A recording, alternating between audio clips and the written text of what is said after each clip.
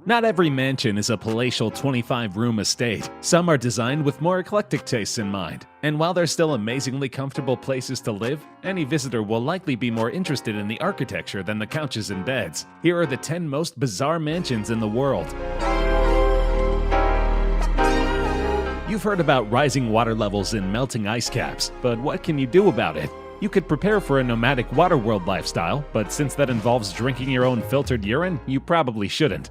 Instead, how about moving into a floating mansion that's powered by the sun? Called ARCA, this giant houseboat is essentially that, a modern-day Noah's Ark designed to protect its inhabitants against the worst and wettest Mother Nature has to offer. It's built on a series of hydraulic pilings that can either dig into the ocean floor or raise the house up above the waves. So if you grew up watching Looney Tunes and wishing Daffy Duck would sell you a push-button home that can rise into the sky, here's your chance. And it will only cost you $5.5 million.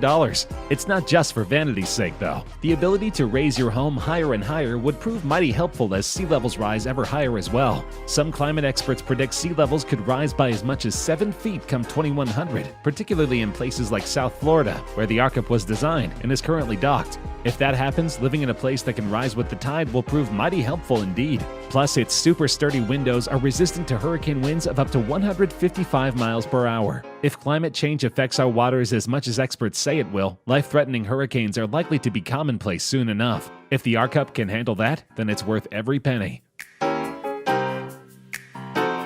When you're a billionaire, you can get away with just about any housing design you have in mind. Many prefer normal-looking mega mansions, but then there's Vladislav Dorinin, the Russian CEO of Aman Resorts. He decided one day that he would like to live in a giant spaceship, and so he had it built. You certainly can't fault the guy for a lack of imagination. Doronin's 28,500 square foot mansion is described on its architect's website as fluid geometries emerging from the landscape and remaining partially embedded within the hillside. Apparently, it's not professional enough to just say our client lives in an Imperial Star Destroyer from Star Wars.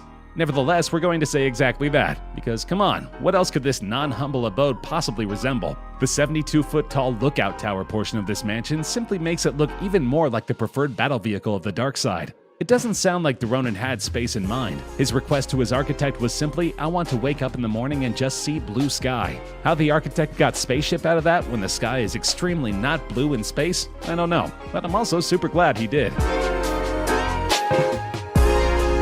As beautiful as many mansions are, they can suffer from monochrome patterns and an overall sameness. Not so in El Alto, Bolivia, where a local architect set out to create the most colorful, charismatic mansions he could imagine, and he most certainly delivered. Architect Freddy Mamani Silvestre's mansions are popularly called Etios, which is Bolivian for spaceships. One look at them and you'll see why. Each home is covered in dozens of crazy colors, non-traditional window shapes, bizarre rooftops, and unpredictable patterns. They truly do look like spaceships, or maybe a castle run by an alien overlord.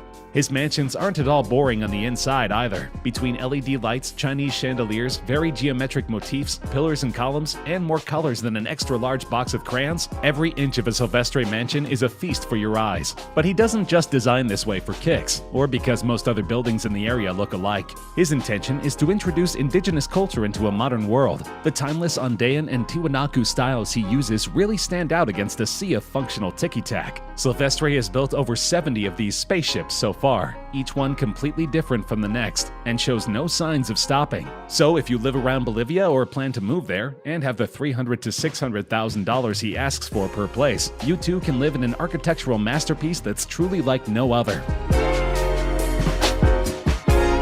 You know those creepy supervillain lairs built right into a mountain? The kind where Blofeld would bring James Bond to for torture and unnecessary exhibition? Well, one exists for real, and if you want to see it, you simply need to visit California's Joshua Tree Desert. No license to kill required. Designed in 1988 but not truly finished until the early 2000s, this 4,600 square foot mansion, officially called the Desert House, looks like it was carved right from the mountain. Its copper walls and roofs look almost exactly like stone slabs, and the roofs jut out far beyond the house itself, providing plenty of cool shade for its inhabitants. From a bird's eye view, it may be difficult to even see a house there at all. The designer's goal was to make the house seem like an organic part of the desert. So mission accomplished. Plus, since the home stands on 10 acres of land, your only neighbors are miles of Joshua Tree Desert. You'll be free to carry out all your evil schemes in absolute privacy.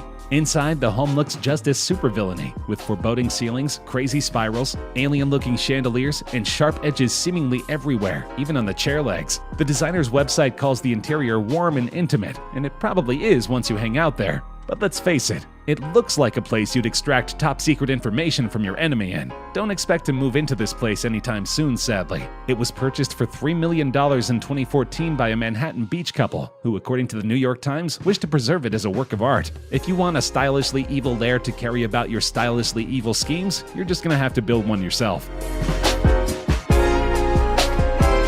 Would you live inside this house?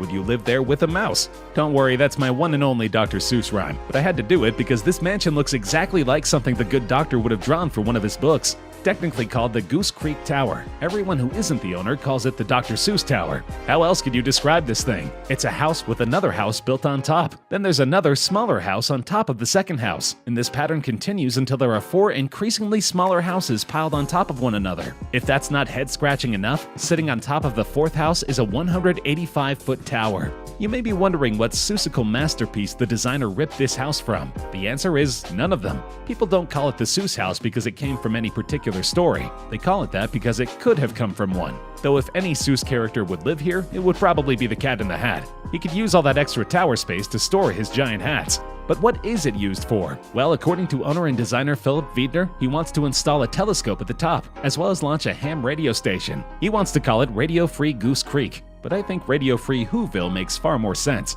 Technically, the Seuss Tower isn't finished, not that Wiedner minds. He sees the mansion as less a place to live and more a poem to the sky. In other words, don't expect him to place it on the market anytime soon. But maybe you could convince him otherwise. I will pay $1 million.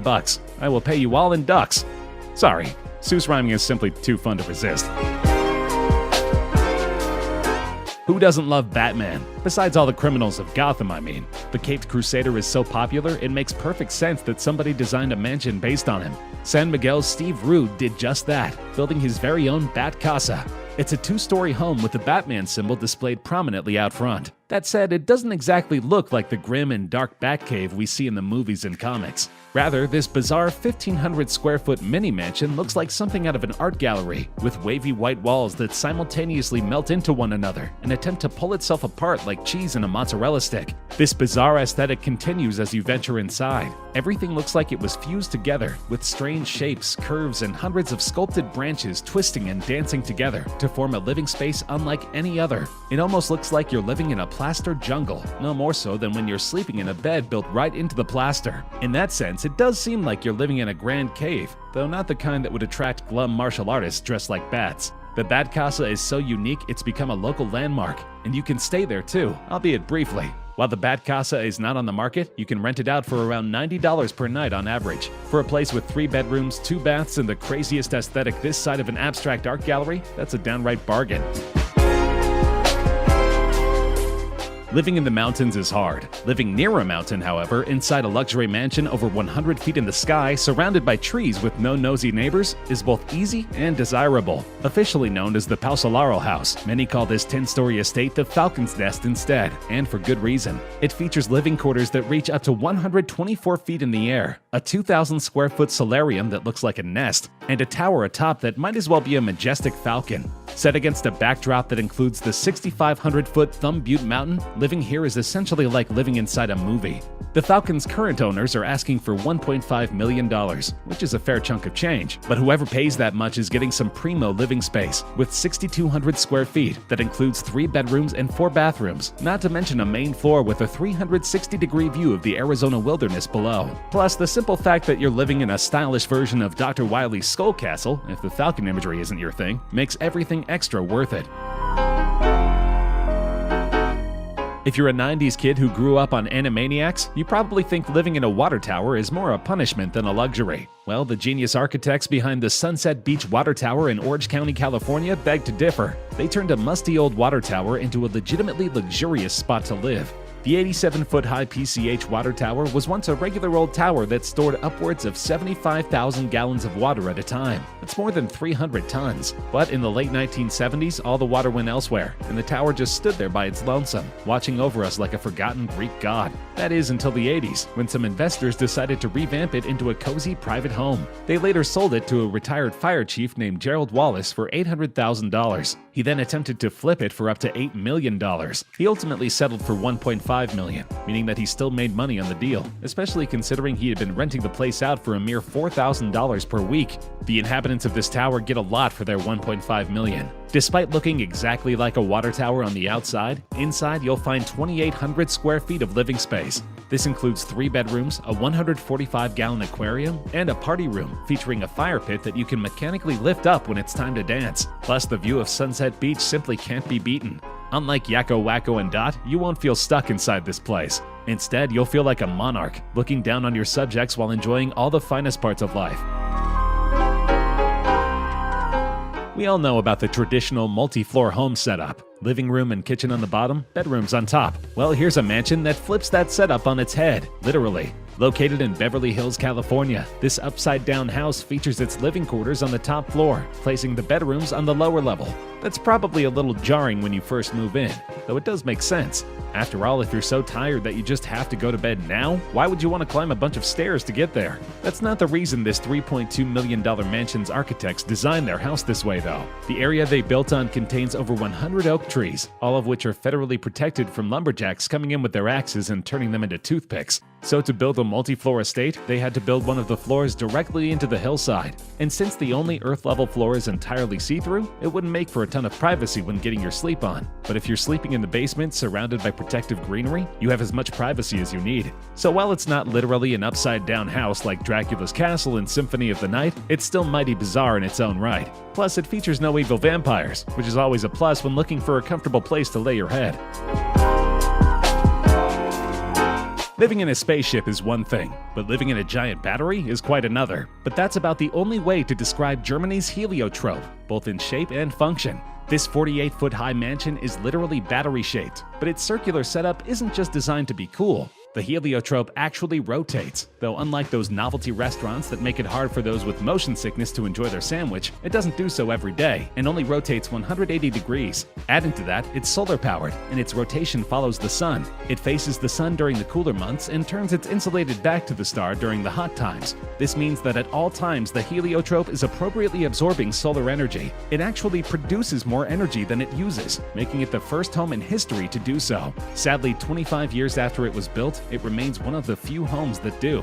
Architect Rolf Disch, who designed the Heliotrope in 1994 and still lives there, leads a luxurious life, as well as an environmentally friendly one. The Heliotrope is huge, with tons of rooms, as well as a garden terrace, viewing deck, and naturally, a sun deck. Hey, who said saving the planet had to be uncomfortable?